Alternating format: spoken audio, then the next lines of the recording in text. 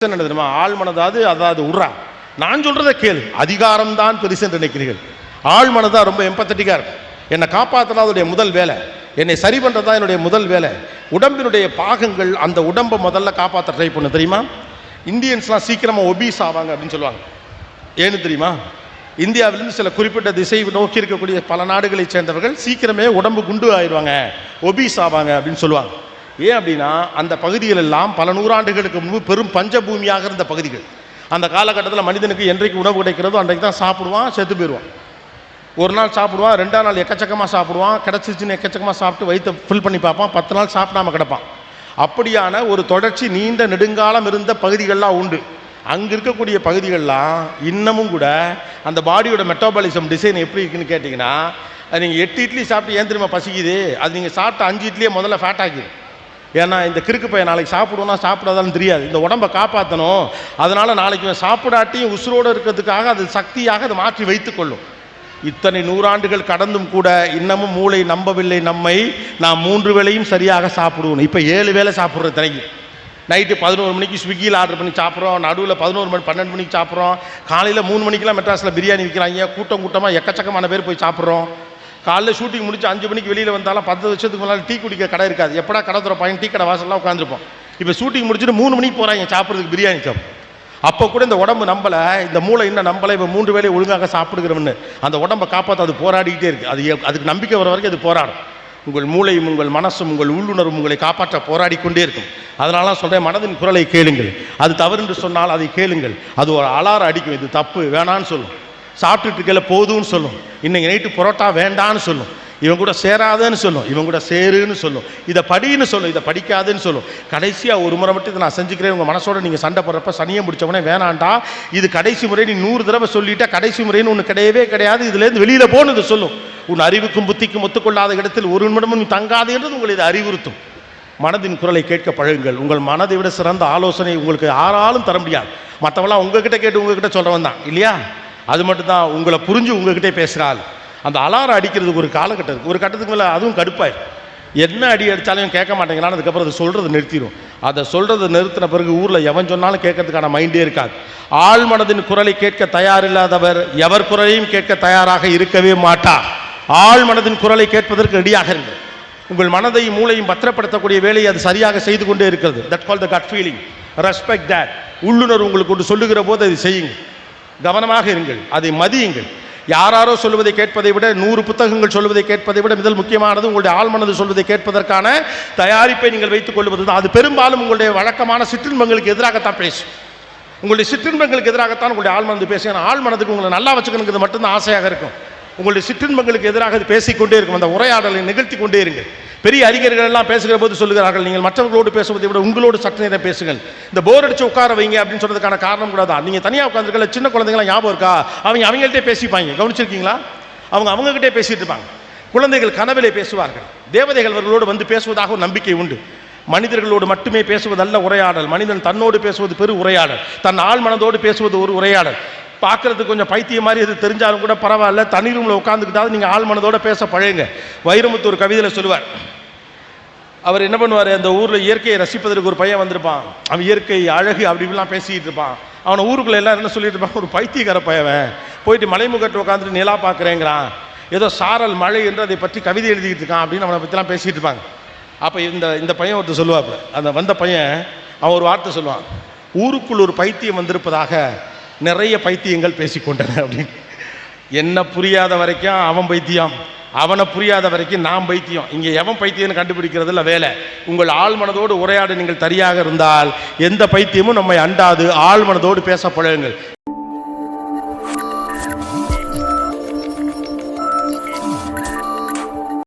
When you are trying to reach some destination, if it is not working out, change the approach towards the destination, but not the destination. உங்கள் இலக்கை மாற்றக்கூடாது, இலக்கை அடைவதற்கான வழியை மாற்றுங்கள், இலக்கை அடைவதற்கான செயல்முறையை மாற்றுங்கள். அதே நேரத்தில் இன்னொரு விஷயத்தில் கவனமாக இருங்க. நடக்கவே நடக்காத ஒரு விஷயத்தை பிடிச்சி தொங்கிக்கிட்டே இருக்காதீங்க. இது நடக்கவே நடக்காதுன்னா விட்டுட்டு போங்க. ஈகோவெல்லாம் இருக்கவே கூடாது. தேவையில்லாமல் ஒரு விஷயத்தை பிடிச்சிட்டு அது விடாமுயற்சி நீங்களே பேரெல்லாம் வச்சுக்கிட்டுலாம் இருக்கக்கூடாது. அது நடக்காது என்று உங்களுக்கு தெளிவாக தெரியும், அது தேவையில்லாது என்று உங்களுக்கு தெளிவாக தெரிந்த பிறகு அதை தொட்டு விட்டோம் என்ற ஒற்றை காரணத்திற்காக அதை தொடர வேண்டும் என்ற எந்த அவசியமும் கிடையாது. அது ஒர்க் அவுட் ஆகாது, நடக்கவே நடக்க போறதில்லை, அது தேவையும் இல்லை என்று முடிவெடுத்து விட்டால் அதை விட்டு வெளியே வந்து விடுங்கள். சில இடத்துல சிறுத்தையா இருங்க, சில இடத்துல மானா இருங்க. ஆப்ஷனே இல்லைன்னா மான் மாதிரி ஓடுங்க, ஆப்ஷன் இருக்குன்னா சிறுத்தை மாதிரி ரெஸ்ட் எடுத்து ஓடுங்க. அவ்வளோதான். சிறுத்தையாக இருக்க வேண்டிய இடத்துல சிறுத்தையாக இருங்கள், மானாக இருக்க வேண்டிய இடத்துல மானாக இருங்க. அதனால life is of a purpose.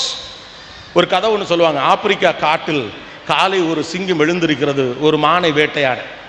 ஆப்பிரிக்க காட்டில் காலை ஒரு சிங்கம் எழுந்திருக்கிறது ஒரு மானை வேட்டையாட. அதோட பர்பஸ் அவ்வளவுதான். காலைல எந்திரிச்ச உடனே எங்கேயாவது ஒரு மான் கிடைக்குமா, கங்காரு கிடைக்குமா, கங்காரு அங்கே கிடைக்காது. ஒரு மான் கிடைக்குமா, இல்லை ஒரு சின்னதாக ஏதாவது விலங்கு கிடைக்குமா, அக்கார்டிங் டு த பசி அது ஒன்றா தேடும். காலையில் எந்திரிச்சோடனே ஒரு மான் என்ன யோசிக்கும், எந்த சிங்கத்திட்டையும் சிக்கிறப்படாரா இன்னைக்கு, கடவுளே காப்பாத்து அப்படின்னு வடிவேல் சொல்லிட்டு போகிற மாதிரி சிறுத்தைக்கிட்டேயோ சிங்கத்துக்கிட்டேயோ தன்னை விட பலம் பொருந்திய மிருகத்திடமோ இரையாகி விடக்கூடாது. Everybody have a purpose. ஆனால் ஒன்று இருக்கு, பசிக்கு துரத்துறவனை விட உசுருக்காக ஓடுறவன் ஓட்டம்தான் வேகம். பசிக்கு துரத்துறவனை விட உசுருக்காக ஓடுறவன் ஓட்டம் தான் வேகம். ஆம்பிஷன் அப்படி இருக்கணும், ஆம்பிஷன் அப்படி இருக்கணும். நீட்னா பாயணும். பிள்ளைங்களுக்கு அந்த ஸ்பேஸை பில்ட் பண்ணி கொடுங்க. அதுக்காக வெறி பிடிச்சதனமா அதான் சொல்ல, இதில் ஒரு பேலன்ஸும் இருக்கணும். சில நேரங்களில் இது மாதிரி ஊக்குவிப்பு பேச்சுக்களை சொல்லல வெறி பிடித்தனமா வீட்டில் போய் மொங்கு மொங்குன்னு குத்துறாங்க. கோபி என்ன சொன்னாரு, நீ உடனடியாக செய்து விடு அப்படின்ட்டு. ஏன்னா உலகத்தில் ஈஸி உத்தரவு போடுறது தான் இல்லையா. எங்கள் அம்மாலாம் அட்டகாசமாக ஐடியா கொடுப்பாங்க. நான்லாம் சின்ன பிள்ளையா இருக்கப்ப, ஏன்னா அவங்க வீட்டுக்குள்ளே இருந்துட்டு தானே சொல்கிறாங்க, நீ என்ன பண்ணுற, நேராக கடைக்கு போகிற, நேராக கடைக்கு போக போகிறோம் இருந்தால், ஏன்னா நமக்கு தெரியாதுல்ல, நேராக நீ கடைக்கு போகிற, கடைக்கு போயிட்டு கடைக்கார்கிட்ட எங்கள் அம்மா சொன்னாங்கன்னு சொல்லி, எதே காசு கொடுத்தா தரப்போகிறான், எங்கள் அம்மா சொன்னாங்க நான் கடைக்கார்ட்ட சொல்லணுமா, அப்படி சொன்னோன்னே எவ்வளோ பயந்துருவாங்க. வெங்காயம் வாங்கிட்டு வா, சரிம்மா வெங்காயம் வாங்கிட்டு வாங்குற ஒத்த வார்த்தைக்கு என்ன சொல்கிறாங்க, நேராக கடைக்கு போகிறேன், எங்கள் அம்மா சொன்னாங்கன்னு சொல்லி நீ வெங்காயம் வாங்கிட்டு வர, காசு கொடுத்தா தரப்போகிறேன், போயாச்சு. அப்புறம் ரொம்ப முக்கியம் பின் குறிப்பு, சின்ன வெங்காயம் பெருசாக பார்த்து வாங்க, பெரிய வெங்காயம் சின்னதாக பார்த்து வாங்க. இது என்னடா லாஜிக்? இதுக்கு பேசாமல் பெரிய வெங்காயம் சின்ன வெங்காயம் ஒன்றும் இல்லாமல் வெங்காயம் ஒன்றே ஒன்று வச்சுருந்துருக்கலாமா இல்லையா? Don't give too much of instructions. அதிகமான இன்ஸ்ட்ரக்ஷன்ஸ் கொடுத்து ரொம்ப குழப்பாதீங்க. இப்படி தான் செய்யணும், அப்படி தான் செய்யணும், ஓடட்டும், விழுகட்டும், எழட்டும், அடிபடட்டும், தோக்கட்டும். சின்ன வயசில் தோத்துட்டா பெரிய வயசில் ஜெயிச்சிருவானுங்க. சின்ன வயசில் தோத்து பழகலைன்னா பெரிய வயசில் உயரத்துலேருந்து விழுந்துருவானுங்க. ஏர்லி லூஸ் இட் ஏர்லி அப்படிமா. சின்ன வயசில் தோத்துறணும். சின்ன வயசில் தோத்துட்டா தோல்வியின் வலி என்னன்னு தெரியும், தோல்வியின் சுகம் என்னன்னு தெரியும், தோல்வியிலிருந்து மீள்வது எப்படின்னு தெரியும். 50 வயசுக்கு அப்புறம் தோக்கிறத பற்றி பயம் வந்துடும், இமேஜ் வந்துடும், ஐயோ தோக்கக்கூடாதுங்கிற கவலை வந்துடும், என்னடா பண்ணுறதுன்னு உடம்பு ஒத்துழைக்காது. சிறு வயதில் பிள்ளைகள் தோற்கட்டும், அனுமதியுங்கள், தப்புன்றும் இல்லை. அவர்கள் சிறு வயதில் தோற்கிற போதெல்லாம் அடுத்து நீ மீண்டு வரக்கூடிய வாய்ப்பு உனக்கு இருக்கிறது என்ற நம்பிக்கையை மட்டும் அவர்களுக்கு கொடுங்கள், போதுமானது. வீண் முயற்சியை விடாமுயற்சி என்றும் சொல்லாதீர்கள். சில இடங்களில் சிறுத்தையை போலிருங்கள், சில இடத்தில் மானை போலிருங்கள். அடுத்தது உள்ளுணர்வு சொல்லுவதை கேளுங்கள். ஊர் சொல்றதெல்லாம் அப்புறம் கேட்கலாம், கோபிநாத் சொல்றது, இல்லை வேறு யாரும் பேசும்போது நீங்கள் கேட்பது, ஈவன் புத்தகங்கள் சொல்லுவது, பக்கத்து வீட்டுக்காரர் சொல்றது, ஏற்று வீட்டுக்காரர் சொல்றவர், நம்ம குடும்பத்தில் இந்த மேலே வச்சுக்க வரேன், ஏன்னா பாதி பேச்சு முடிஞ்ச பிறகு சொல்லிங்களேனே, அப்போ இது வரைக்கும் கேட்கலையா, இப்போ பெட்டரா இருக்கா, ஓகே, ஒரு டிஷ்யூ பேப்பர் இருக்குமா, இதாக கொடுங்களேன், கட்சியை மறந்துட்டு வந்துட்டேன். உள்ளுணர்வு சொல்லுவதை கேளுங்கள். அடுத்தவர் சொல்லுவதை கேட்பதெல்லாம் நல்ல விஷயம்தான், அதெல்லாம் அப்புறம் இருக்கட்டும். எல்லோருக்கும் உள்ளே ஒரு சத்தம் ஒன்று கேட்டுக்கொண்டே இருக்குது. அந்த கட் ஃபீலிங்னு நீங்கள் வச்சுக்கலாம், இல்லை ஆழ்மனதின் குரல் என்று வச்சுக்கலாம், என்ன மாதிரி தலைப்புனால் நீங்கள் வச்சுக்கோங்க. ஏன்னா உங்களை பற்றி நன்கு அறிந்த ஒரு ஆளின் பெயர் உங்கள் ஆழ்மனம் தான். அதுக்கு தான் நீங்கள் யாருன்னு தெரியும், எந்த நேரத்தில் எப்படி பிஹேவ் பண்ணுவீங்கன்னு தெரியும். வெளிப்பார்வைக்கு நீங்கள் பலசாலியாக இருந்தாலும் இந்த விஷயத்தில் இவன் பயந்தாங்கொள்ளி தான் என்பது அந்த உள் மனதுக்கு தெரியும். தேங்க்யூ. அதுக்கு நீ இவ்வளோ சீக்கிரமாக 2 பேப்பர் கொடுத்தா என்ன?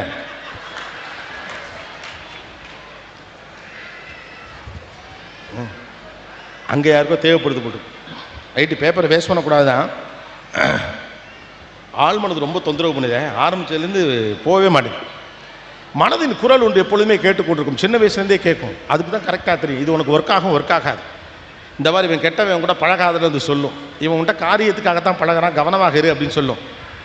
டே உன்னை ஏற்றி விட்றாண்டா, உசுப்பேற்றி விட்றாண்டா, காது கொடுக்காதன்னு அது சொல்லும். இனி செய்து கொண்டிருப்பது தவறென்று அது சொல்லும்.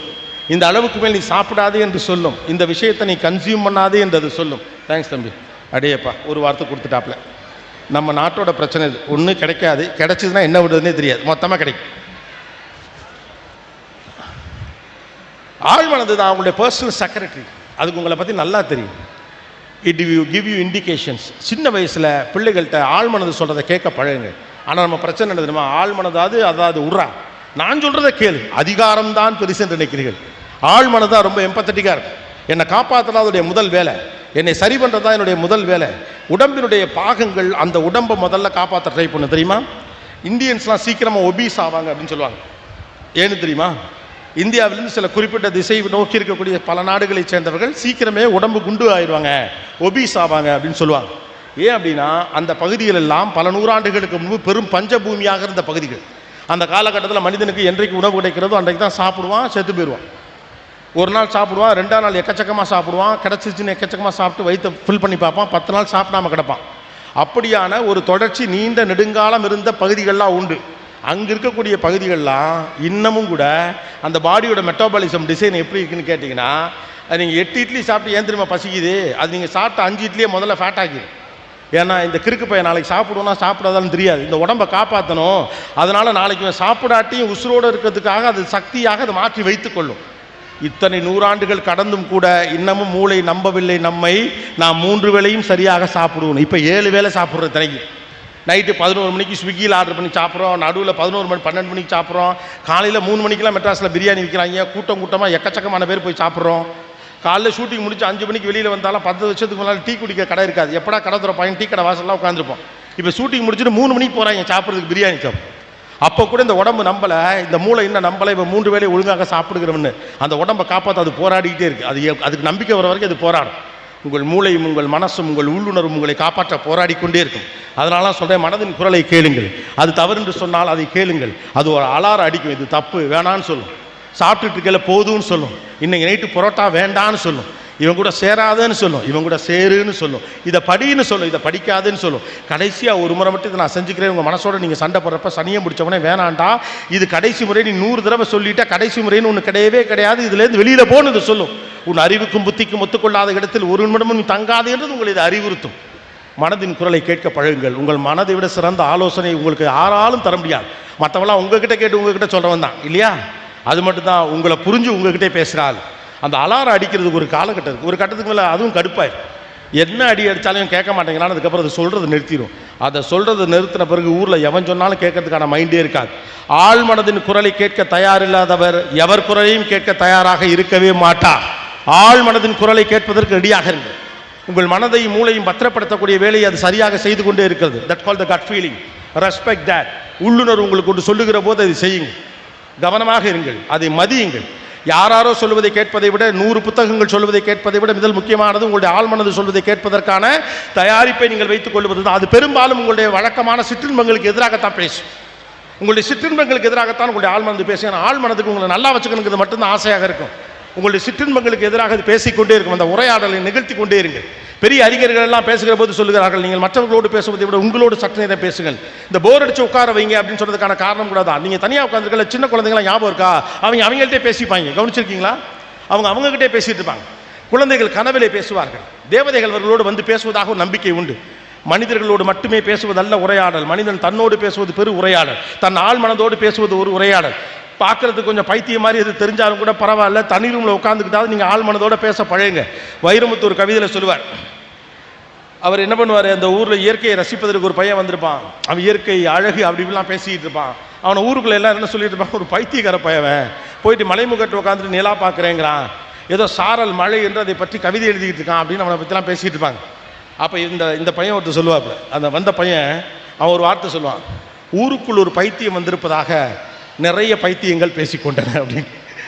என்ன புரியாத வரைக்கும் அவன் பைத்தியம், அவனை புரியாத வரைக்கும் நான் பைத்தியம். இங்கே எவன் பைத்தியம்னு கண்டுபிடிக்கிறதுல வேலை.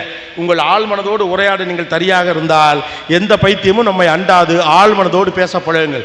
சின்ன பசங்களுக்கு இது கஷ்டம், அது அவங்களே பேசுவாங்க, விட்டுருங்க. பெரிய ஆளுங்க தான் ஆழ் மனதோடு பேசும். ஆழ் மனதோட பேசுனா இன்னைக்கு வந்தவனே அவர்கிட்ட எப்படி வம்புழுக்கணும்ட்டு ஆழ் மனதிட்ட பேசி ஐடியா கேட்கப்படாது, சரியா? இன்னைக்கு செத்தாண்டா சேகர், இவனை உள்ள வந்தவனே சிக்க வைக்கணும்டா அப்படின்னு சொல்லிட்டு 15 வருஷத்துக்கு முன்னால் நடந்த பஞ்சாயத்தெல்லாம் இழுத்தாந்து இன்னைக்கு எப்படி பேசுறதுன்னு ஆழ் மனதுகிட்டலாம் பேசக்கூடாது. ஆழ் மனதை அமிக்கபிளா போன்னு சொல்லும்.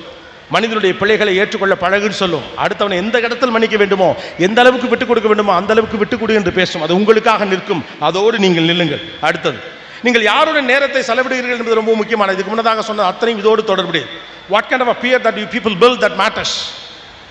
யார் மாதிரியான மனுஷங்களோடு நீங்கள் செலவிடுறீங்க? சில பேர்லாம் நமக்கு ஃபோன் பண்ணுவாங்க, கரெக்டாக கவனிச்சிருக்கீங்களா?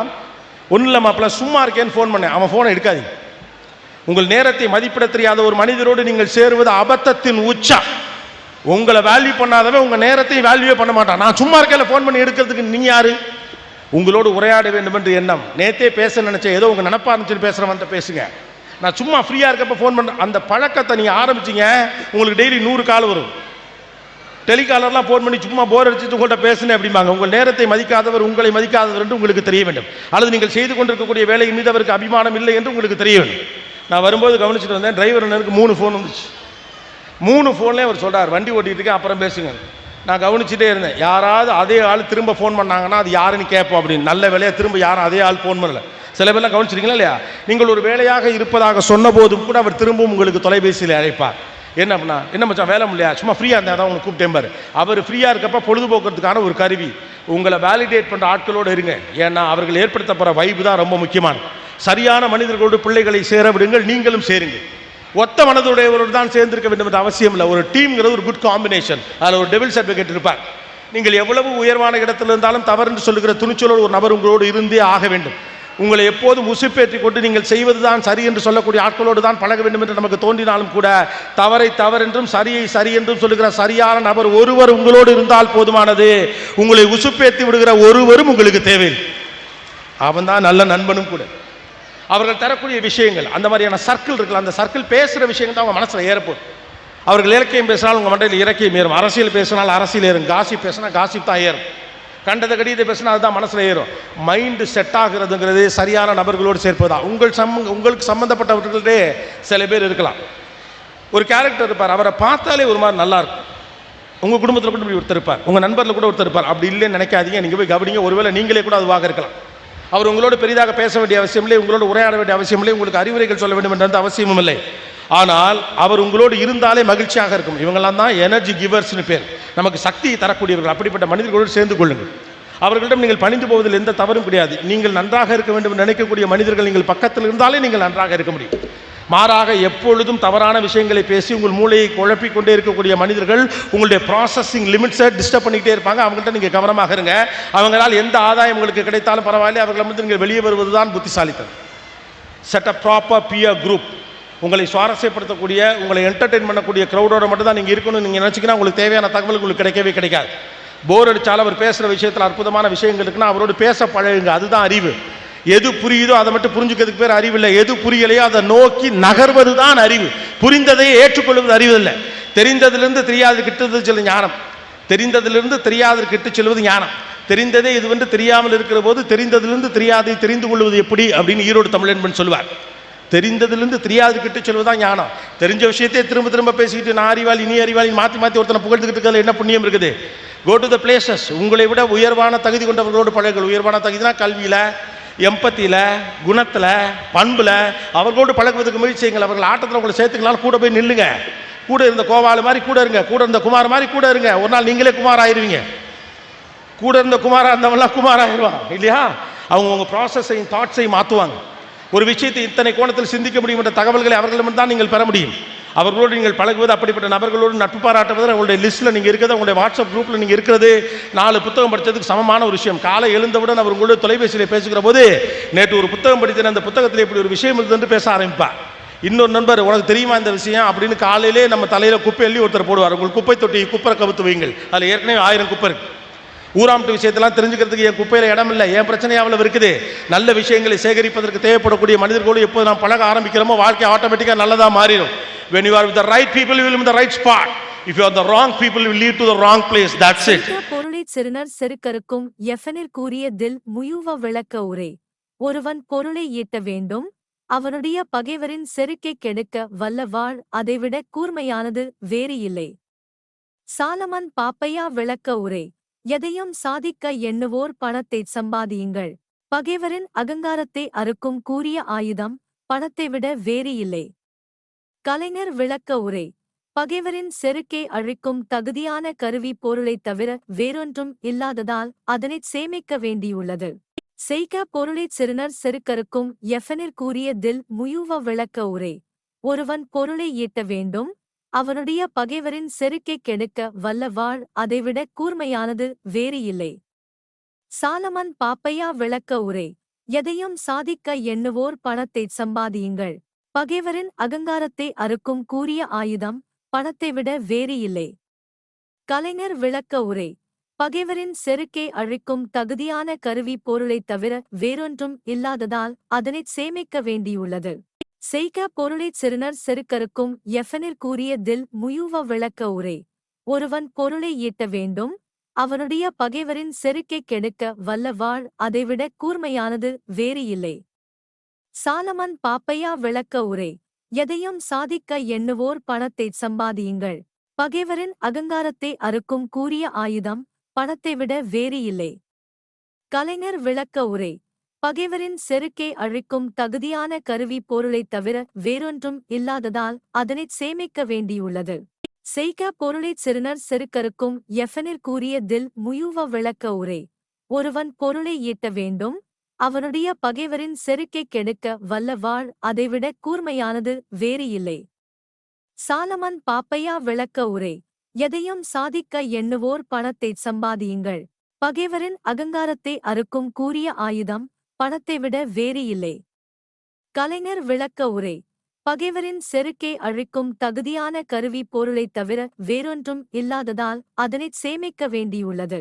செய்க பொருளைச் சிறுநர் செருக்கறுக்கும் எஃபெனிற் கூறிய தில் முயூவ விளக்க உரை. ஒருவன் பொருளை ஈட்ட வேண்டும், அவனுடைய பகைவரின் செருக்கைக் கெடுக்க வல்ல வாள் அதைவிட கூர்மையானது வேறு இல்லை. சாலமன் பாப்பையா விளக்க உரை. எதையும் சாதிக்க எண்ணுவோர் பணத்தைச் சம்பாதியுங்கள். பகைவரின் அகங்காரத்தை அறுக்கும் கூரிய ஆயுதம் பணத்தைவிட வேறு இல்லை. கலைஞர் விளக்க உரை. பகைவரின் செருக்கை அழிக்கும் தகுதியான கருவி பொருளைத் தவிர வேறொன்றும் இல்லாததால் அதனைச் சேமிக்க வேண்டியுள்ளது. செய்க பொருளைச் சிறுநர் செருக்கறுக்கும் எஃபெனிற் கூறிய தில் முயூவ விளக்க உரை. ஒருவன் பொருளை ஈட்ட வேண்டும், அவனுடைய பகைவரின் செருக்கைக் கெடுக்க வல்ல வாள் அதைவிட கூர்மையானது வேறு இல்லை. சாலமன் பாப்பையா விளக்க உரை. எதையும் சாதிக்க எண்ணுவோர் பணத்தைச் சம்பாதியுங்கள். பகைவரின் அகங்காரத்தை அறுக்கும் கூரிய ஆயுதம் பணத்தைவிட வேறு இல்லை. கலைஞர் விளக்க உரை. பகைவரின் செருக்கை அழிக்கும் தகுதியான கருவி பொருளைத் தவிர வேறொன்றும் இல்லாததால் அதனைச் சேமிக்க வேண்டியுள்ளது. செய்க பொருளைச் சிறுநர் செருக்கறுக்கும் எஃபெனிற் கூறிய தில் முயூவ விளக்க உரை. ஒருவன் பொருளை ஈட்ட வேண்டும், அவனுடைய பகைவரின் செருக்கைக் கெடுக்க வல்ல வாள் அதைவிட கூர்மையானது வேறு இல்லை. சாலமன் பாப்பையா விளக்க உரை. எதையும் சாதிக்க எண்ணுவோர் பணத்தைச் சம்பாதியுங்கள். பகைவரின் அகங்காரத்தை அறுக்கும் கூரிய ஆயுதம் பணத்தைவிட வேறு இல்லை. கலைஞர் விளக்க உரை. பகைவரின் செருக்கை அழிக்கும் தகுதியான கருவி பொருளைத் தவிர வேறொன்றும் இல்லாததால் அதனைச் சேமிக்க வேண்டியுள்ளது. செய்க பொருளைச் சிறுநர் செருக்கறுக்கும் எஃபெனிற் கூறிய தில் முயூவ விளக்க உரை. ஒருவன் பொருளை ஈட்ட வேண்டும், அவனுடைய பகைவரின் செருக்கைக் கெடுக்க வல்ல வாள் அதைவிட கூர்மையானது வேறு இல்லை. சாலமன் பாப்பையா விளக்க உரை. எதையும் சாதிக்க எண்ணுவோர் பணத்தைச் சம்பாதியுங்கள். பகைவரின் அகங்காரத்தை அறுக்கும் கூரிய ஆயுதம் பணத்தைவிட வேறு இல்லை. கலைஞர் விளக்க உரை. பகைவரின் செருக்கை அழிக்கும் தகுதியான கருவி பொருளைத் தவிர வேறொன்றும் இல்லாததால் அதனைச் சேமிக்க வேண்டியுள்ளது. செய்க பொருளைச் சிறுநர் செருக்கறுக்கும் எஃபெனிற் கூறிய தில் முயூவ விளக்க உரை. ஒருவன் பொருளை ஈட்ட வேண்டும், அவனுடைய பகைவரின் செருக்கைக் கெடுக்க வல்ல வாள் அதைவிட கூர்மையானது வேறு இல்லை. சாலமன் பாப்பையா விளக்க உரை. எதையும் சாதிக்க எண்ணுவோர் பணத்தைச் சம்பாதியுங்கள். பகைவரின் அகங்காரத்தை அறுக்கும் கூரிய ஆயுதம் பணத்தைவிட வேறு இல்லை. கலைஞர் விளக்க உரை. பகைவரின் செருக்கை அழிக்கும் தகுதியான கருவி பொருளைத் தவிர வேறொன்றும் இல்லாததால் அதனைச் சேமிக்க வேண்டியுள்ளது. செய்க பொருளைச் சிறுநர் செருக்கறுக்கும் எஃபெனிற் கூறிய தில் முயூவ விளக்க உரை. ஒருவன் பொருளை ஈட்ட வேண்டும், அவனுடைய பகைவரின் செருக்கைக் கெடுக்க வல்ல வாள் அதைவிட கூர்மையானது வேறு இல்லை. சாலமன் பாப்பையா விளக்க உரை. எதையும் சாதிக்க எண்ணுவோர் பணத்தைச் சம்பாதியுங்கள். பகைவரின் அகங்காரத்தை அறுக்கும் கூரிய ஆயுதம் பணத்தைவிட வேறு இல்லை. கலைஞர் விளக்க உரை. பகைவரின் செருக்கை அழிக்கும் தகுதியான கருவி பொருளைத் தவிர வேறொன்றும் இல்லாததால் அதனைச் சேமிக்க வேண்டியுள்ளது.